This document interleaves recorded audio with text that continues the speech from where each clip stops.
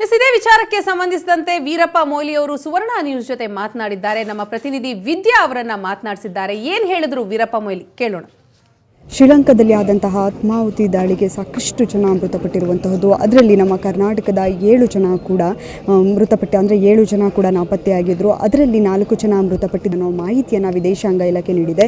ಈಗ ಅದರಲ್ಲಿ 4 ಜನ ಏನಿದ್ದಾರೆ ಅದರಲ್ಲಿ ಒಬ್ಬರಾಗಿರುವಂತಹ ಹನುಮಂತರಾಯಪ್ಪನವರ ಮನೆಗೆ ವೀರಪ್ಪ ಮೊಯ್ಲಿ ಅವರು ಭೇಟಿ ಕೊಟ್ಟಿರುವಂತಹದ್ದು. ಈಗ ನಮ್ಮ ಜೊತೆ ವೀರಪ್ಪ ಮೊಯ್ಲಿ ಅವರು ಇದ್ದಾರೆ. ಅವರು ಏನು ಹೇಳ್ತಾರೆ ಅಂತ ಕೇಳೋಣ. ಸರ್, ಈಗ ಹನುಮಂತರಾಯಪ್ಪ ಅವರ ಮನೆಗೆ ನೀವು ಭೇಟಿ ಕೊಟ್ಟಿರುವಂಥದ್ದು, ಅವರ ಮನೆಯವರನ್ನ ಇರಬಹುದು, ಸಂಬಂಧಿಕರನ್ನ ಭೇಟಿ ಮಾಡಿದ್ರಿ.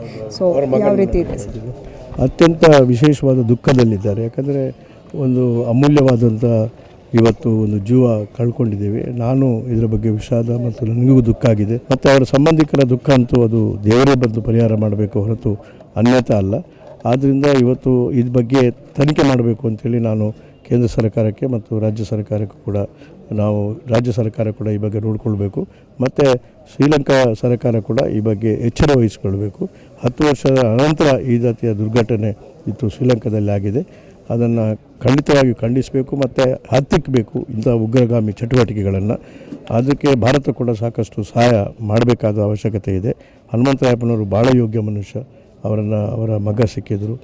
ಅದು ತುಂಬಲಾರದ ದುಃಖ ಬಂದಿದೆ ಅವರಿಗೆ.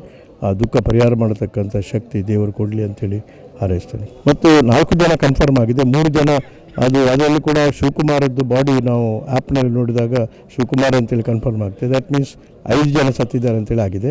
ಇನ್ನು ಇಬ್ಬರಲ್ಲಿ ಅವರು ಬದುಕಿರಲಿ ಅಂತೇಳಿ ನಾವು ಹಾರೈಸ್ತಾ ಇದ್ದೇವೆ. ಸರ್, ಇನ್ನು ಹನುಮಂತರಾಯಪ್ಪನವರು ಒಂದು JDS ಮುಖಂಡ ಆದರೂ ಕೂಡ ಮೈತ್ರಿ ಸರ್ಕಾರದ ಚುನಾವಣೆಯಲ್ಲಿರಬಹುದು, ಮೈತ್ರಿ ಸರ್ಕಾರದಲ್ಲಿ ತುಂಬ ಗುರುತಿಸ್ಕೊಂಡಿದ್ರು, ಚೆನ್ನಾಗಿ ನಿಮ್ಮ ಜೊತೆ ಎಲ್ಲ ಪ್ರಚಾರವನ್ನು ನಡೆಸಿದ್ರು. ಸೊ ನಿಮ್ಮ ಅವರ ಸಂಬಂಧ ಯಾವ ರೀತಿ? ಭಾಳ ಹತ್ತಿರದ ಸಂಬಂಧ. ಮತ್ತು ನಾವು ಮೊನ್ನೆ ಇಲ್ಲಿ ಸಭೆಯೆಲ್ಲ ಆದಮೇಲೆ ಕುಲುಕಿಸಿದ್ರು. ಒಂದು ಆತ್ಮೀಯವಾದಂಥ ನಿಜವಾಗಿ ಒಬ್ಬ ಸಂಗಾತಿ ಅಂತವರನ್ನು ಮರೀಲಿಕ್ಕೆ ಸಾಧ್ಯ ಆಗೋದಿಲ್ಲ. ಅವರ ಮರಣದಿಂದ ನನಗೂ ಭಾಳ ದುಃಖ ಆಗಿದೆ. ಸರ್, ಇನ್ನು ಇಲ್ಲಿಂದ ಕೂಡ ಸಂಜೆ ವೇಳೆಗೆ ಸಾಕಷ್ಟು ಮುಖಂಡರು ಇಲ್ಲಿಂದ ಶ್ರೀಲಂಕಾಕ್ಕೆ ತೆರಳ್ತಾರೆ ಅನ್ನೋ ಮಾಹಿತಿ. ಸೊ ಯಾರೆಲ್ಲ ಹೋಗುವ ನಿರೀಕ್ಷೆ? ಈಗಾಗಲೇ SR ವಿಶ್ವನಾಥ್ ನಮ್ಮ ಶಾಸಕರು ಬೆಳಿಗ್ಗೆ ಹೋಗಿದ್ದಾರೆ. ನಮ್ಮ ಶಾಸಕರಾದಂಥ ಡಾಕ್ಟರ್ ಶ್ರೀನಿವಾಸ ಮೂರ್ತಿ ಅವರು ಕೂಡ ಇವತ್ತು 5:45 ಗಂಟೆ ಫ್ಲೈಟಿಗೆ ಹೋಗ್ತಾ ಇದ್ದಾರೆ. ಅದಕ್ಕೆಲ್ಲ ನಾವು ಎಂಬಸಿಯಲ್ಲೆಲ್ಲ ಹೇಳಿ ಅವರಿಗೆ ಬೇಕಾದಂಥ ಬೆಂಬಲ ಕೊಟ್ಟು ಸಹಾಯ ಮಾಡಬೇಕು ಅಂತ ಹೇಳಿದ್ದೇವೆ. ಅದೇ ಪ್ರಕಾರ ಅವರ ಸಂಗಡಿಗರು ಹೋಗ್ತಾ ಇದ್ದಾರೆ.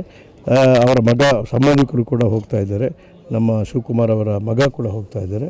ಮತ್ತು ಏಕೆ ಕೃಷ್ಣಪ್ಪ ಕೂಡ ನಮ್ಮ ವಿಧಾನ ಪರಿಷತ್ತಿನ ಮಾಜಿ ಸದಸ್ಯರು ಅವರು ಕೂಡ ಹೋಗ್ತಾ ಇದ್ದಾರೆ. ರಾಮಸ್ವಾಮಿ ಅವರು ಹೋಗ್ತಾ ಇದ್ದಾರೆ. ಅನೇಕರು ಇವತ್ತು ಸಾಧಾರಣ 10-15 ಮಂದಿ ಹೋಗಲಿಕ್ಕೆ ಎಲ್ಲ ಸನ್ನದ್ಧತೆ ಮಾಡ್ತಾರೆ. ನಿರೀಕ್ಷೆ ಪ್ರಕಾರ ಯಾವಾಗ ಬರಬಹುದು? ನಿರೀಕ್ಷೆ ಪ್ರಕಾರ ಅವರು ಹೇಳಿದರು ಬಾಡೀಸ್ ಐಡೆಂಟಿಫೈ ಆದ ಕೂಡಲೇ ಇಲ್ಲಿ ರವಾನೆ ಮಾಡ್ತಾರೆ. ಅದಕ್ಕೆ ಯಾವ ಸ್ವಲ್ಪನೂ ತಡ ಮಾಡೋದಿಲ್ಲ ಅಂತೇಳಿ ಸುಷ್ಮಾ ಸ್ವರಾಜ್ ಅವರು ನನಗೆ ಆಶ್ವಾಸನೆ ಕೊಟ್ಟರು. ಇವಿಷ್ಟು ವೀರಪ್ಪ ಮೊಯ್ಲಿ ಅವರ ಮಾತುಗಳು. ಕ್ಯಾಮರಾ ಪರ್ಸನ್ ಭರತ್ ಜೊತೆ ವಿದ್ಯಾಶ್ರೀ, ಸುವರ್ಣ ನ್ಯೂಸ್, ಬೆಂಗಳೂರು.